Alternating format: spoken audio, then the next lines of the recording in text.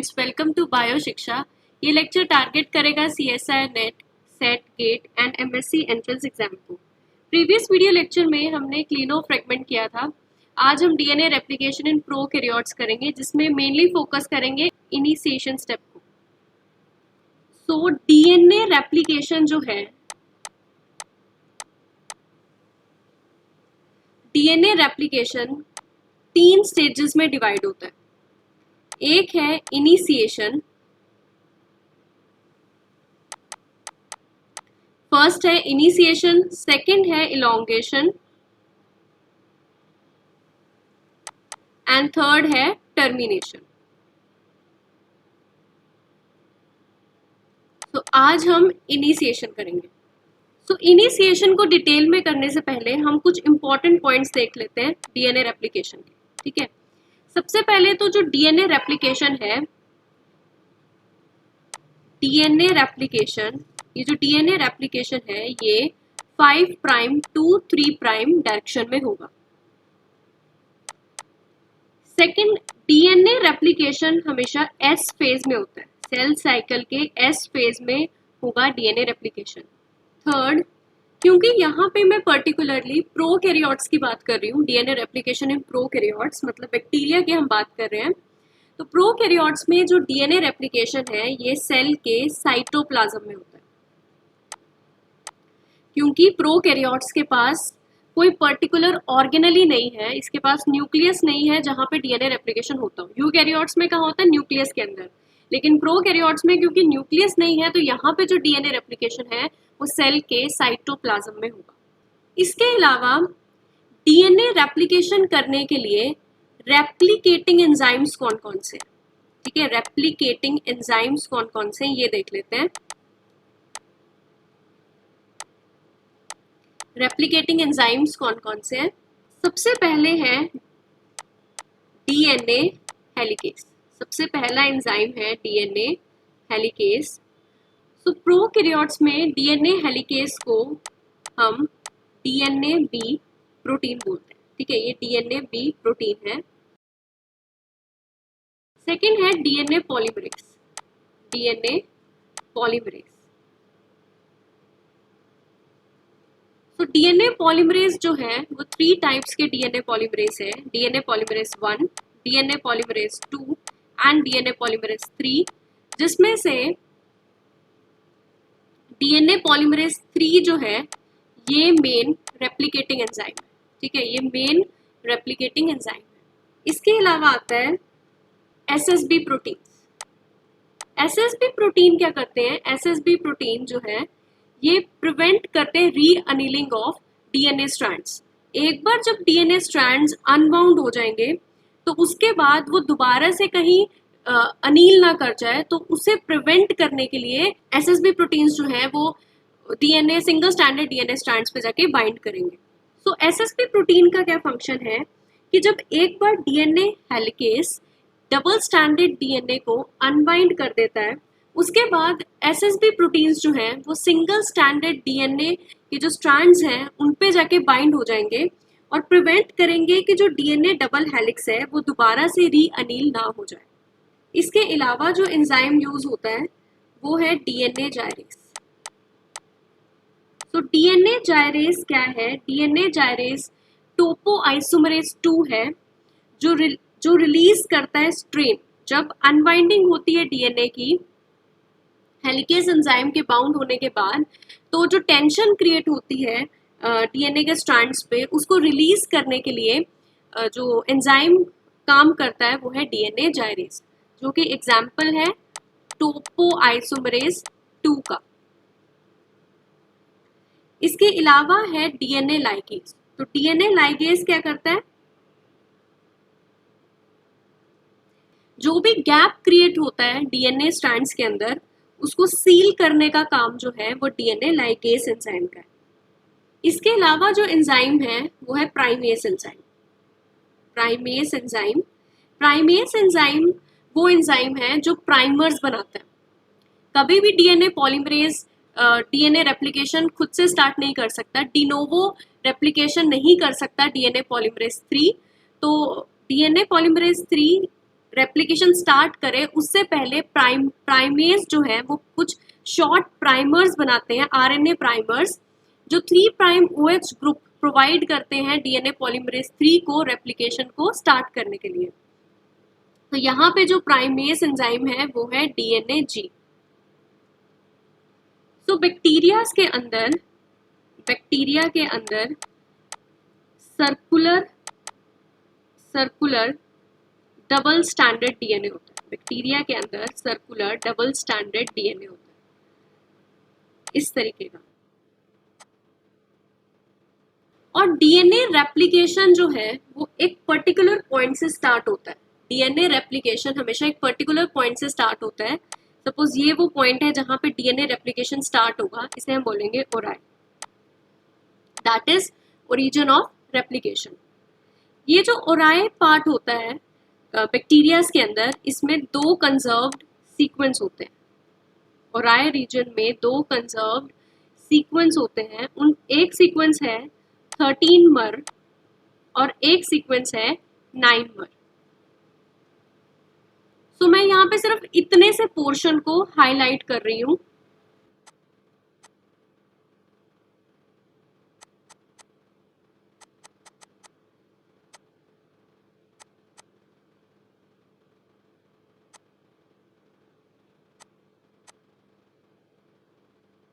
तो ये जो सीक्वेंस है ये है 13 मर सीक्वेंस, 13 मर सीक्वेंस, और ये जो सीक्वेंस है ये है 9 मर सीक्वेंस। 13 मर सीक्वेंस जो है ये 80 रिच से बना हुआ है। 13 मर सीक्वेंस 80 रिच है। एंड 9 मर सीक्वेंस है जहां पे कुछ प्रोटीन्स आके बाइंड करते हैं, जिन्हें हम बोलते हैं इनिशिएटर प्रोटीन्स। वो जो इनिशिएटर प्रोटीन्स है उन्हें बोला जाता है DNA प्रोटीन्स। सो DNA क्या है? DNA इनिशिएटर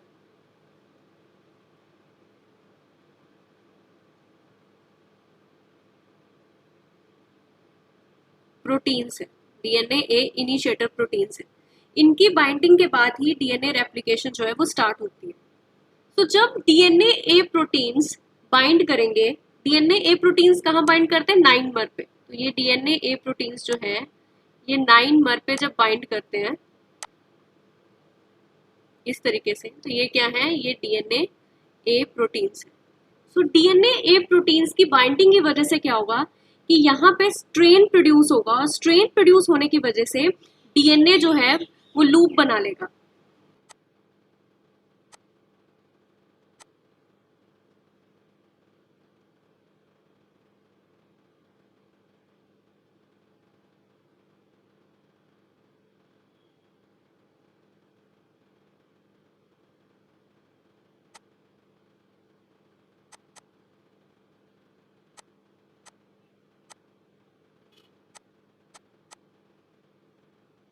तो लूप बनाने की वजह से क्या होगा कि ये क्या है? ये है 13 मर सीक्वेंस और ये है 9 मर सीक्वेंस और ये है DNA प्रोटीन। तो अब लूप बनाने की वजह से क्या होता है कि यहाँ पे 13 मर सीक्वेंस पे स्ट्रेन क्रिएट होता है। स्ट्रेन क्रिएट होने की वजह से क्या होता है कि जो हाइड्रोजन बॉन्ड्स हैं, नाइट्रोजन बेसेस के बीच में हाइड्रोजन बॉन्ड्स होते हैं, तो वो हाइड्रोजन बॉन्ड्स जो है, कुछ हाइड्रोजन बॉन्ड्स जो है यहाँ पे ब्रेक कर जाएंगे। तो उसी डायग्राम को मैं आगे कंटिन्यू करती हूँ यहाँ पे।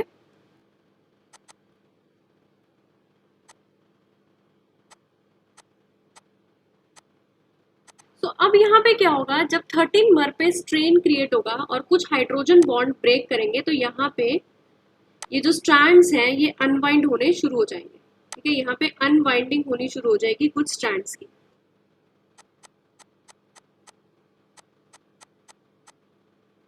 तो यहाँ पे क्या है, यहाँ पे था 13 मर और अब 13 मर जो है वो ओपन होना शुरू हो गया। ठीक है, हम बोल सकते हैं इसको, ये क्या है? ओपन कॉम्प्लेक्स है।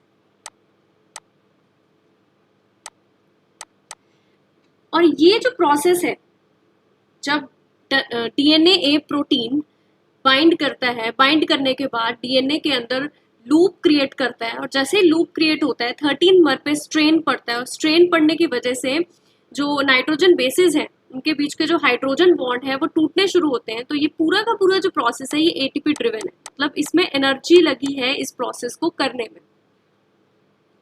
इसके बाद क्या होता है, जैसे ही कॉम्प्लेक्स ओपन होता है वैसे ही यहाँ पे हेलिकेस एंजाइम जो है वो बाइंड करता है 13 मर पे। अब ये जो 13 मर सीक्वेंस था ये 80 रिच था, ठीक है। ये 80 रिच था क्योंकि जो एडेनिन और थायमिन के बीच में 2 हाइड्रोजन बॉन्ड्स होते हैं as compare to guanine and cytosine, उनके बीच में 3 हाइड्रोजन बॉन्ड्स होते हैं और एडेनिन और थायमिन के बीच में 2 हाइड्रोजन बॉन्ड होते हैं। और 2 हाइड्रोजन बॉन्ड को तोड़ना ज्यादा इजी है as compare to 3 hydrogen bond को तोड़ना। तो जैसे ही 13 मर पे स्ट्रेन प्रोड्यूस होता है, जो एडेनिन और थायमिन यहाँ पे ज्यादा क्वांटिटी में प्रेजेंट थे, तो उनके जो बीच में ये हाइड्रोजन बॉन्ड थे ये ब्रेक हो जाता है और ब्रेक होने के कारण डीएनए के स्ट्रैंड्स जो है वो सेपरेट हो जाते हैं। अब जब डीएनए के स्ट्रैंड्स यहाँ पे सेपरेट हो जाते हैं तो यहाँ पे हेलिकेस एंजाइम की लोडिंग होती है।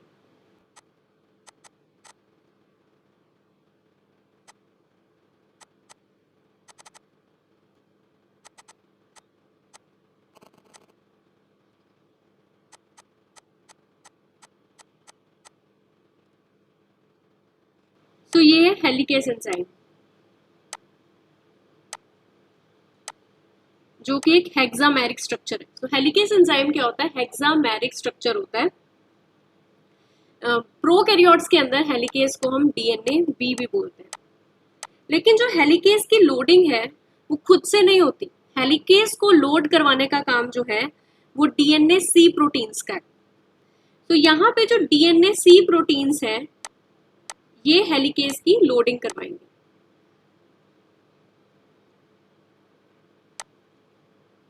तो ये हो गया डीएनए बी प्रोटीन और ये हो गया डीएनए सी प्रोटीन, जो हेलिकेस की लोडिंग करवाने में हेल्प करते हैं।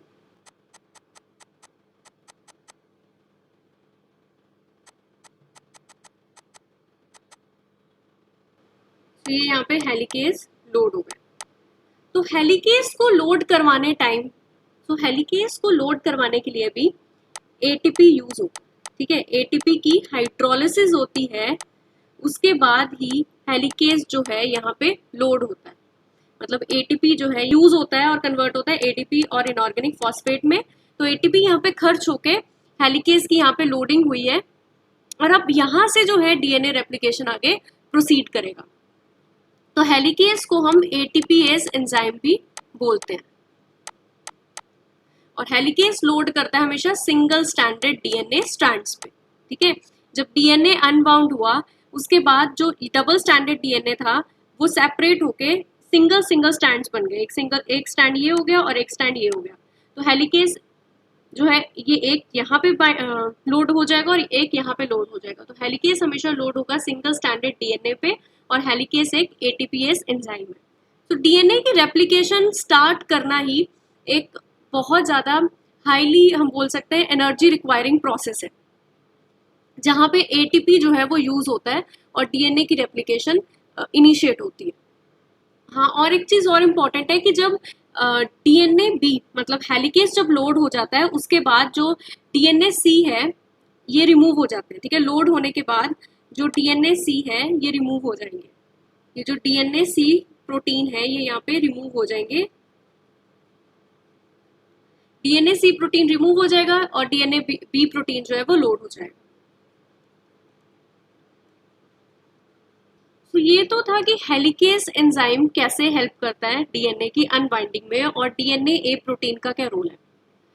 अब हम एक जनरल व्यू देख लेते हैं कि किस तरीके से बाकी सारे एंजाइम्स आकर डीएनए पे लोड होते हैं और इनिशिएट करते हैं डीएनए रेप्लिकेशन को। तो ये डबल स्टैंडर्ड डीएनए है बैक्टीरिया का, सर्कुलर डबल स्टैंडर्ड डीएनए।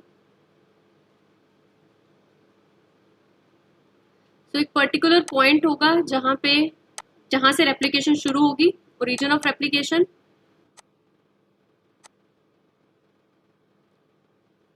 यहाँ पे क्या हो गया, डीएनए अनबाउंड हो गया, ठीक है। डीएनए अनबाउंड हो गया, with the help of helicase enzyme. तो यहाँ पे हेलिकेस एंजाइम आके लग गया और डीएनए जो है वो अनबाउंड हो गया।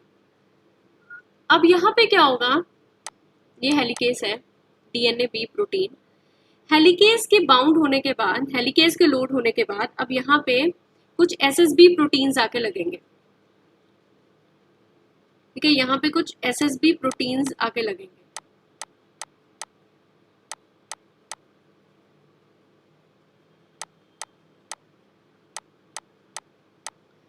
तो ये है एसएसबी प्रोटीन। एसएसबी प्रोटीन का फंक्शन होता है कि अगर एक बार डीएनए अनबाउंड हो गया है तो उसको उसी स्टेट में रखना जब तक रेप्लिकेशन नहीं हो जाती। ठीक है, तो यहाँ पे एसएसबी प्रोटीन्स आके लग गए। तो एसएसबी प्रोटीन के बाद आएगा प्राइमेज एंजाइम।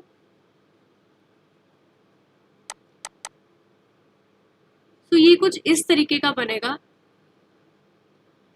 इसे सिंप्लीफाई करने के लिए इसी पोर्शन को मैं दिखा रही हूँ, सिर्फ इतना सा कि इस तरीके से दिखेगा। इसे और सिंप्लीफाई करने के लिए मैं सिर्फ ये वाला जो पोर्शन है वो अभी लेके चलूंगी। सिर्फ इस पोर्शन को हम डिस्कस करेंगे, सेम जो है वो इस पोर्शन के लिए भी होगा।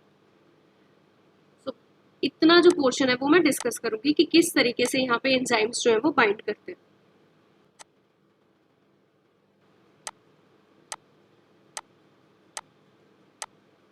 तो ये हेलिकेस एंजाइम। ठीक है, ये जो हेलिकेस एंजाइम यहाँ लोड हुआ है वो यहाँ पे वो इस तरीके से दिखा रही हूँ मैं इसको हाईलाइट करके, वो इस डायरेक्शन में मूव करेगा, मतलब इस डायरेक्शन में वो अनबाइंडिंग करेगा डीएनए की। और यहाँ पे क्या है, यहाँ पे है एसएसबी प्रोटीन्स। ठीक है, यहाँ पे है एसएसबी प्रोटीन्स।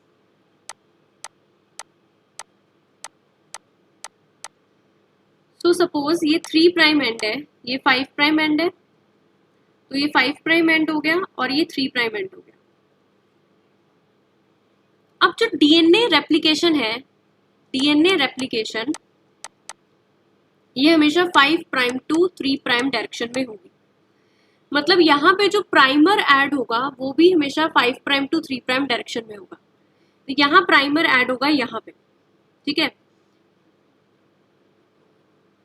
तो यहाँ पे जो है प्राइमर ऐड होगा। तो यहाँ पे प्राइमर ऐड हो गया, तो ये 5 प्राइम है और ये 3 प्राइम है, 3 प्राइम OH। तो ये है प्राइमर। प्राइमेज एंजाइम ने प्राइमर सिंथेसाइज करके यहाँ पे ऐड किया है 5 प्राइम टू 3 प्राइम डायरेक्शन में। ठीक है, इस स्ट्रैंड में प्राइमर इस डायरेक्शन में ऐड हुआ 5 प्राइम टू 3 प्राइम, तो इस स्ट्रैंड में जो प्राइमर है वो यहाँ ऐड होगा 5 प्राइम टू 3 प्राइम। ठीक है, तो अब डीएनए की सिंथेसिस होगी, डीएनए की सिंथेसिस हमेशा 5 प्राइम टू 3 प्राइम डायरेक्शन में होगी। प्राइमर क्या करता है, फंक्शन क्या है प्राइमर का, प्राइमर का फंक्शन है प्रोवाइड करना 3 प्राइम OH। इसे डीएनए पॉलीमरेज 3 को प्राइमर जो है वो प्रोवाइड करता है 3 प्राइम OH। तो अब यहाँ पे डीएनए पॉलीमरेज 3 जो है वो आके बाइंड करेगा। सो अब यहाँ क्या होगा, डीएनए पॉलीमरेज 3 जो है वो न्यूक्लियोटाइड ऐड करेगा।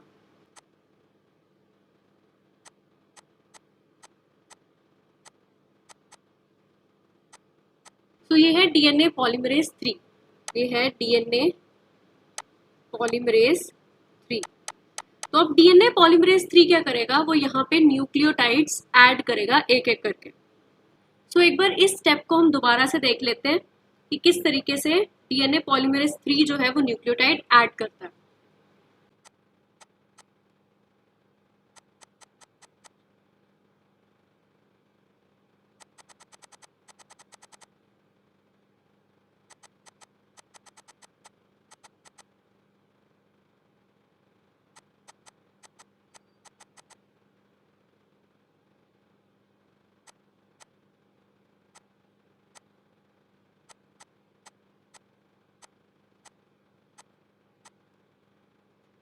तो ये क्या है, डीएनए पॉलीमरेज 3, ये है डीएनए पॉलीमरेज 3,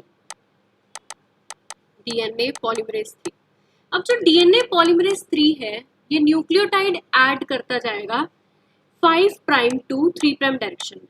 हमें पता है कि जो डीएनए पॉलीमरेज 3 है वो एक ही डायरेक्शन में न्यूक्लियोटाइड ऐड करता है, that is 5 prime to 3 prime direction.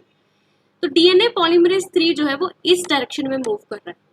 Helicase भी इस डायरेक्शन में अनवाइंडिंग कर रहा है और डीएनए पॉलीमरेज 3 भी इसी डायरेक्शन में न्यूक्लियोटाइड्स ऐड कर रहा है एक एक करके। सो सपोज इस डायरेक्शन में जो है ये न्यूक्लियोटाइड ऐड कर रहा है इस डायरेक्शन में, तो जब इस डायरेक्शन में न्यूक्लियोटाइड ये ऐड करेगा तो ये तो सेम डायरेक्शन है जिसमें डीएनए रेप्लिकेशन होती है। डीएनए रेप्लिकेशन भी 5 प्राइम टू 3 प्राइम डायरेक्शन में होती है।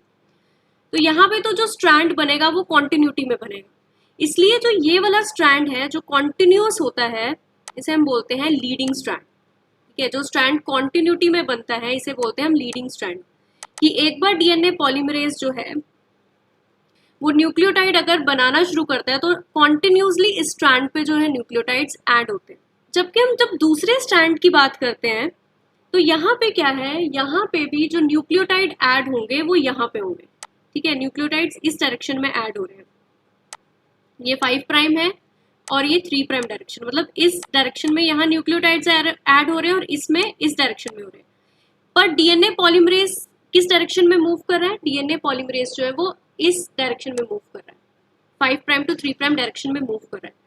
तो जब DNA polymerase 5 prime to 3 prime direction में मूव कर रहा है तो यहाँ पे इस स्ट्रैंड पे जो नया डीएनए बन रहा है वो किस तरीके से बनेगा, क्योंकि यहाँ पे क्या है, यहाँ पे डीएनए पॉलीमरेज इस डायरेक्शन में न्यूक्लियोटाइड ऐड कर रहा है और इसमें इस डायरेक्शन में न्यूक्लियोटाइड ऐड कर रहा है और मूव भी इसी डायरेक्शन में कर रहा है।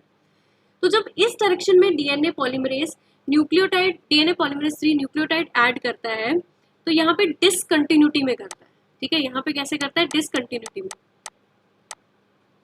इस तरीके से यहाँ पे क्या होगा, इसको हम और इलोंगेट करते हैं तो यहाँ पे क्या होगा कि यहाँ पे एक और प्राइमर ऐड होगा।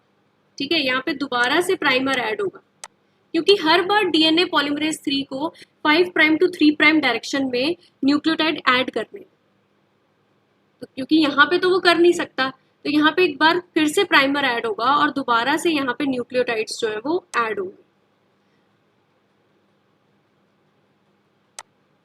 तो यहाँ इस स्ट्रैंड में क्या हो रहा है, इस स्ट्रैंड में जो डीएनए की फॉर्मेशन है, जो डीएनए की रेप्लिकेशन है, ये फ्रेगमेंट्स में हो रही है।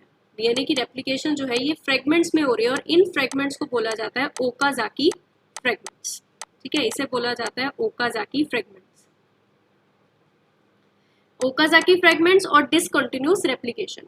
और क्योंकि डीएनए पॉलीमरेज 3 एक ही डायरेक्शन में सिर्फ मूव करता है 5 प्राइम टू 3 प्राइम डायरेक्शन में, तो इस स्ट्रैंड में क्या होगा, इस स्ट्रैंड में जब डीएनए पॉलीमरेज 3 रेप्लिकेट करेगा तो यहाँ पे लूपिंग हो जाएगी। इस तरीके से जैसे अगर ये स्ट्रैंड है, यहाँ पे जो है लीडिंग स्ट्रैंड बन रहा है। ठीक है, यहाँ पे लीडिंग स्ट्रैंड बन रहा है और यहाँ पे जो है वो लैगिंग स्ट्रैंड बनेगा, तो वो इस तरीके से बनेगा, लूपिंग हो जाएगी डीएनए के अंदर। तभी डीएनए पॉलीमरेज 3 जो है वो कॉन्टिन्यूटी में इस साइड मूव करके 5 प्राइम टू 3 प्राइम डायरेक्शन में कॉन्टिन्यूटी में वो डीएनए बना पाएगा अगर यहाँ पे लूपिंग होगी। तो ये प्रोसेस जो है ये इलोंगेशन का प्रोसेस है, तो ये हम तब डिस्कस करेंगे जब हम इलोंगेशन को डिटेल में करेंगे। अभी फिलहाल इनिशिएशन में सिर्फ इतना ही है कि हेलिकेज आएगा, बाइंड करेगा डीएनए के साथ, अनबाइंडिंग कॉज करेगा एटीपी हाइड्रोलिसिस करके, एसएसबी प्रोटीन्स आएंगे जो रीएनीलिंग को प्रिवेंट करेंगे। इसके बाद प्राइमेस एंजाइम आएगा। तो यहाँ पे क्या होगा, तो डीएनए रेप्लिकेशन के इनिशिएशंस में क्या क्या स्टेप है। सबसे पहले डीएनए ए प्रोटीन जो कि इनिशिएटर प्रोटीन है वो आके बाइंड करेगा। इसके बाद हेलिकेज एंजाइम की लोडिंग होगी। हेलिकेज एंजाइम की लोडिंग के बाद एसएसबी प्रोटीन्स आके बाइंड करेंगे। एसएसबी प्रोटीन्स के बाइंड करने के बाद वहाँ पे प्राइमेस एंजाइम जो है वो प्राइमर्स बनाएंगे और प्राइमर्स जब बन जाएंगे तो उसके बाद डीएनए पॉलीमरेज 3 जो है ये मेन रेप्लिकेटिंग एंजाइम है जो न्यूक्लियोटाइड्स ऐड करेंगे। तो ये होगा इनिशिएशन स्टेप, ये होता है इनिशिएशन स्टेप डीएनए रेप्लिकेशन। सो एक बार समरी कर लेते हैं कि किस तरीके से इनिशिएशन ऑफ डीएनए रेप्लिकेशन होता है। तो ये 13 मर सीक्वेंस है, तो ये पूरा जो रीजन है ये वाला, ये ओराई है रीजन ऑफ रेप्लिकेशन, ये 13 मर है, ये 9 मर है। तो जैसे डीएनए ए प्रोटीन्स आके 9 मर सीक्वेंस पे बाइंड करते हैं, यहाँ पे लूपिंग क्रिएट होती है। लूपिंग क्रिएट होने के बाद यहाँ पे डीएनए हेलिकेस एंजाइम, जिसे हम डीएनए बी प्रोटीन बोलते हैं प्रोकैरियोट्स में, वो आके यहाँ पे बाइंड करते हैं और डीएनए बी हेलिकेस की बाइंडिंग जो है वो डीएनए सी प्रोटीन्स की मदद से होती है। तो डीएनए सी प्रोटीन्स जो है वो लोड करवाते हैं डीएनए बी प्रोटीन को डीएनए पे। तो जैसे ही हेलिकेस आके बाइंड करेगा यहाँ पे, उसके बाद यहाँ पे कुछ एसएसबी प्रोटीन्स आके बाइंड करेंगे। एसएसबी प्रोटीन्स के बाइंड होने के बाद यहाँ पे डीएनए प्राइमेस एंजाइम आएगा और प्राइमर की सिंथेसिस करेगा। प्राइमर की synthesis 5 prime to 3 prime direction में, ताकि यहाँ पे 3 प्राइम OH जो है प्रोवाइड कर सके ये डीएनए पॉलीमरेज 3 को। तो उसके बाद डीएनए पॉलीमरेज 3 होलो एंजाइम यहाँ पे आके बाइंड करे। तो ये था initiation in case of DNA replication. So I hope आपको ये लेक्चर समझ आया होगा। अगले लेक्चर में हम इलॉन्गेशन पे जाने से पहले एक बार रेगुलेशन कर लेंगे कि रेगुलेशन कैसे होता है डीएनए रेप्लिकेशन का। उसमें हम मेनली पढ़ेंगे सेक-ए प्रोटीन का। सेक-ए प्रोटीन का क्या रोल होता है रेगुलेशन में, डीएनए की रेप्लिकेशन को रेगुलेट करने में। Thanks for watching, keep learning.